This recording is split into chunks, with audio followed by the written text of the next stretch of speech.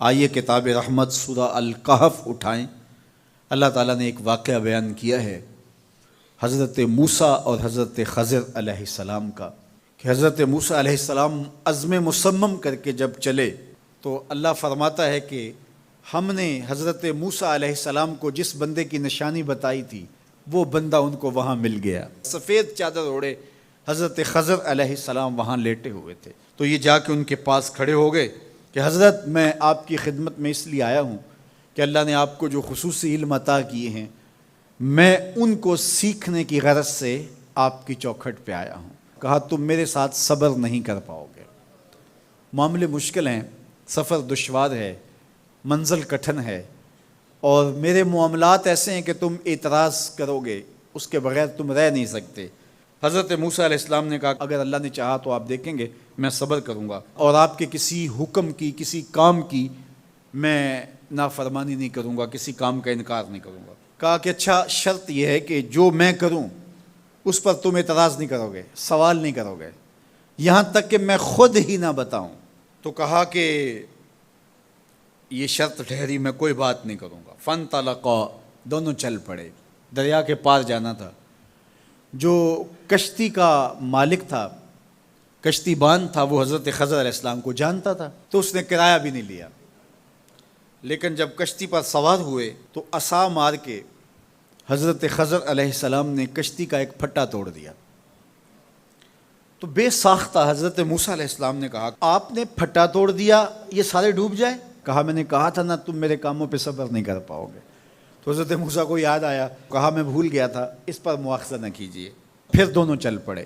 بچے کھیل رہے تھے، ایک خوبصورت لڑکا وہ بھی بچوں میں کھیل رہا تھا۔ حضرت خضر آگے بڑھے اور اس کی گردن مروڑ دی، اس کو قتل کر دیا۔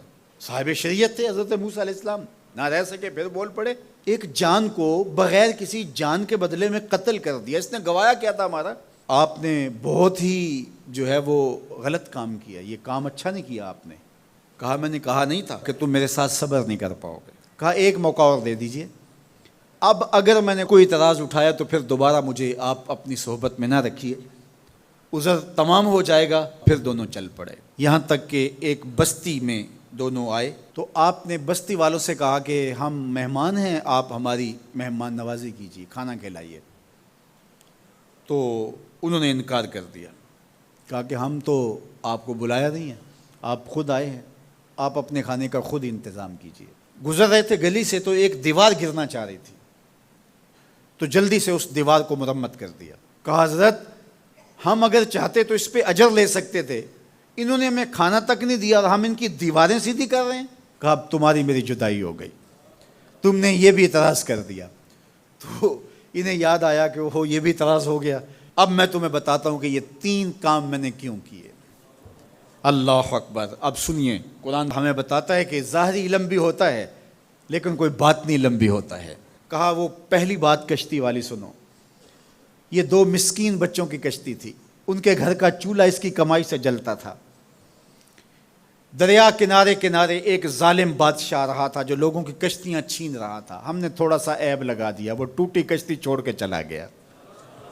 اب وہ تھوڑے سے پیسے لگا کے کشتی مرمت کرا لیں گے، گھر کا چولہا جلتا رہے گا، بتاؤ اچھا کیا یا برا کیا؟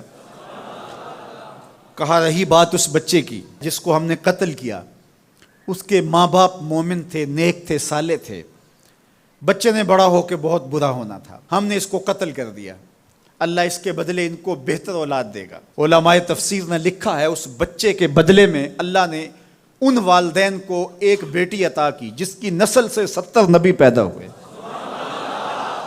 دیوار کی کہانی بھی سن لیجئے، یہ شہر کے 2 یتیم بچوں کی دیوار تھی اور اس کے نیچے ان کا خزانہ تھا، اور ان کا باپ بڑا نیک تھا۔ خزانہ دیوار کے نیچے ہے، دیوار گرنا چاہ رہی ہے، کسی معمولی دھکے سے گر جاتی۔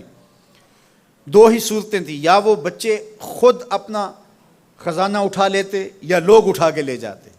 لوگ اٹھا کے لے جاتے پھر بھی ہاتھ میں کچھ نہ آیا، اور اگر وہ خود اٹھا لیتے تو بچے ہیں، بچپنے کی وجہ سے وہ اس کو اڑا دیتے۔ تو ہم نے اس کے اوپر دیوار کھڑی کر دی، جب تک وہ اس قابل نہیں ہو جاتے کہ یہ خزانہ نکال کے اس کو صحیح مصرف پہ لگا سکیں، اتنی دیر تک دیوار گرے گی نہیں۔ اللہ اکبر۔ وہ کسی وجہ سے دیوار قائم رہے گی، اور جب وہ اس عمر کو پہنچ جائیں گے جس عمر میں وہ اس خزانے کو سنبھال سکیں گے تو پھر دیوار خود بخود گر جائے گی اور یہ خزانہ نکال کر کے اپنے کام پہ لے آئیں گے۔ میں جب پہلی مرتبہ اس کو جو ہے وہ غور کے ساتھ تلاوت کیا تو مجھے یہ لگا کہ اس کا انطباق پاکستان کے حالات پہ بھی ہو سکتا ہے، اس لیے کہ یہ بھی یتیموں کا سرمایہ ہے۔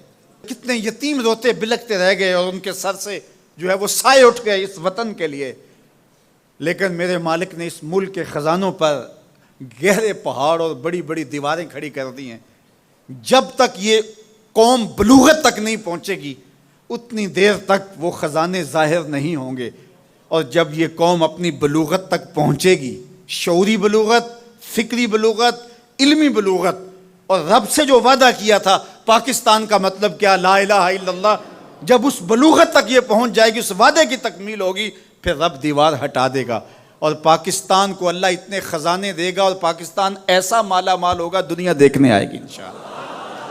اس لیے رب نے دیواریں بنا کے رکھی۔ تمہارا باپ معین الدین چشتی بڑا نیک تھا، تمہارا باپ داتا گنج بخش علی حجویری بڑا نیک تھا، تمہارا باپ حضرت مجدد الف ثانی بڑا نیک تھا، ان کی وجہ سے میں دیواریں کھڑی کر رہا ہوں اور مضبوط حصار لگا رہا ہوں تمہارے خزانوں پر، اور وہ وقت آئے گا جب تم بلوغت کی عمر کو پہنچو گے، دیواریں ہٹ جائے گی اور تمہارا وطن زمانے پہ مہکتے پھول کی طرح اور چمکتے ستاروں کی طرح اور روشن آفتاب کی طرح چمکتا اور مہکتا دکھائی دے گا، اور زمانہ پاکستان دیکھنے آئے گا، پاکستان دنیا کی قیادت کرے گا انشاءاللہ۔ تو کہا یہ تعویل ہے ان باتوں کی جو باتیں میرے رب نے مجھے بتائی، اور یہ میں نے اپنی مرضی سے نہیں کہیں، اور جو میں نے کیا اپنی مرضی سے نہیں کیا۔